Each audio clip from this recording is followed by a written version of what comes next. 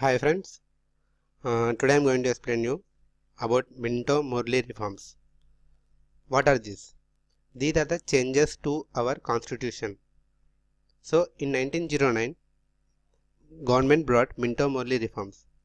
Minto is the name of Viceroy of our India, the then Viceroy of our India, and Morley is the name of Secretary to the State of India.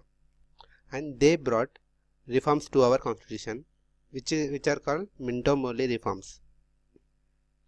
So these are brought. Why they are brought? Why these reforms are brought? Because we know in 1905 and 1906 there was a Swadeshi movement.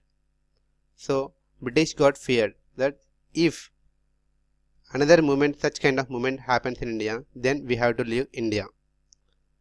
They came to the conclusion and they want to divide Indians so that there will be no more such movements in India. That's why they want to divide and rule India. How they want to divide? They want to divide on the basis of religion. So they want to divide Hindus and Muslims. So in Muslims there is a leader named Aga Khan. He wanted Muslims. He wanted separate electorates to the Muslims. He went to Minto and asked for separate electorates. In Shimla he went to Minto. He met Minto. This is famously called as Shimla Deputation. Minto agreed to the separate electorates proposal, and the division doesn't stop here with separate electorates. Muslims also started Muslim League to counter Congress. There was a perspective at that time that Congress is the organization for only Hindus and Muslims need such organization for them. So these Muslims started an organization called Muslim League to counter Indian National Congress. Muslim League was started by Aga Khan and Nawab Salimullah of Dhaka, Mohsin ul Mulk and Waqar ul Mulk. So what are the reforms brought by the government, Minto Morley reforms? What are these reforms? What are the changes to our constitution? The first change is non-official majority in provincial councils. See, what is this provincial councils? These are like assemblies, like state assemblies. At that time, state assemblies are called as provincial councils.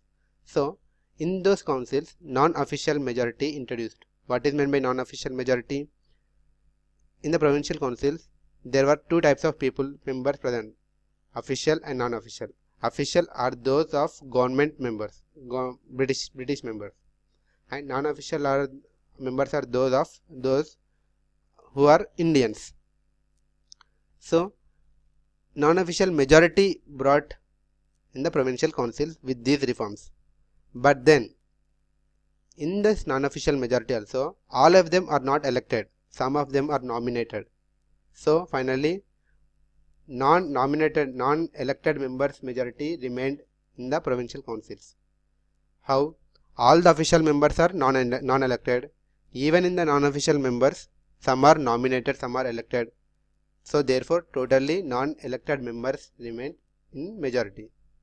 This is the first issue.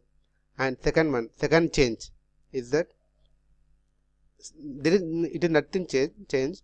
Official majority continued in the Imperial Legislative Council. What is this? This is like present day parliament. The members of this council, Imperial Legislative Council, make the legislations.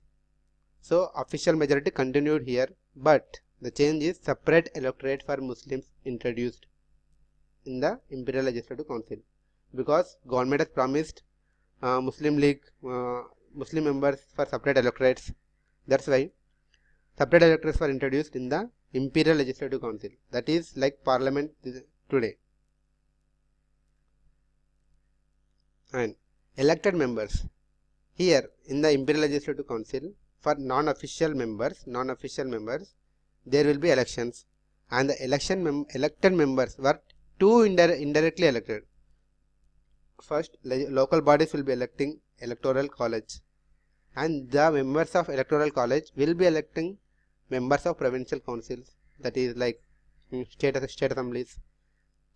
and these members will be electing members for Central Legislative Council. So it is the elections for Imperial Legislative Council or Central Legislative Council is too indirect. And what is the fourth change? See, in the separate electorates which is given to Muslims in the Imperial Legislative Council, right? And the number of seats reserved for them, reserved for Muslims, is much more than the proportion of their population. Suppose say if the Muslims are 10% population, but their number of their seats are like 20%, like that. So number of seats reserved for Muslims in separate electorates is greater than proportion of their population. And income qualification for Muslim voter. At that time, everyone is not eligible to vote. Just like today, how it is today, everyone, even educated or non-educated, can vote. But at that time, there is a minimum income qualification. If a person possesses such income qualification, the requisite income qualification, then only he can vote. So, the income qualification for Muslim voters were kept very low, lower than the Hindus.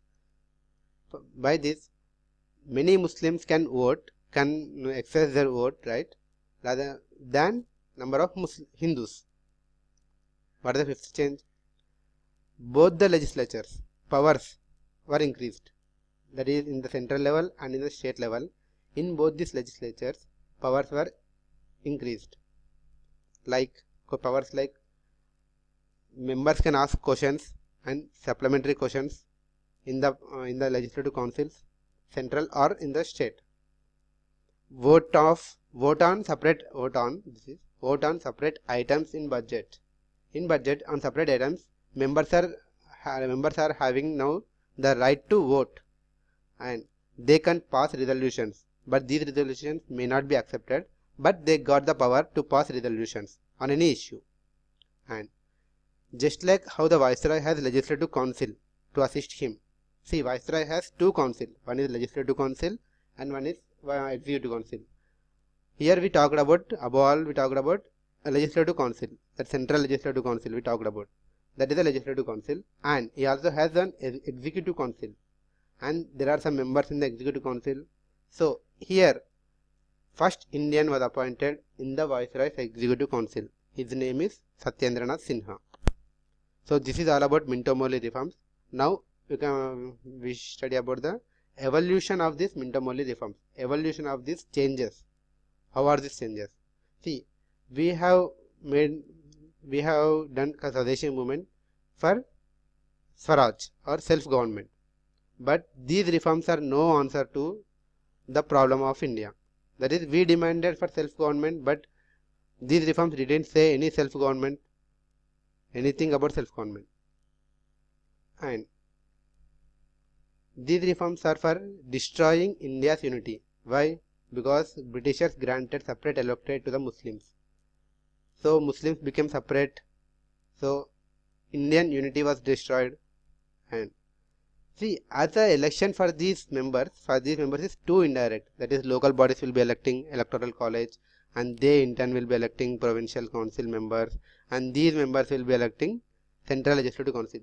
Because of these elections are too indirect, only the people who have good contacts with the Britishers can go to the Imperial Legislative Council.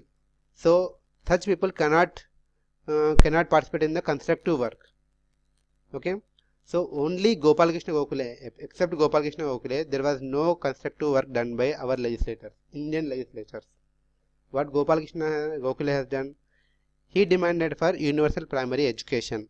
That is, every child has to get universal primary education. And he also raised the question of Indian workers in South Africa. In South Africa, there were Indian workers. By the way, South Africa was also ruled by Britishers at that time. So there were Indian workers living in South Africa, and the condition of the Indian workers in South Africa is very bad.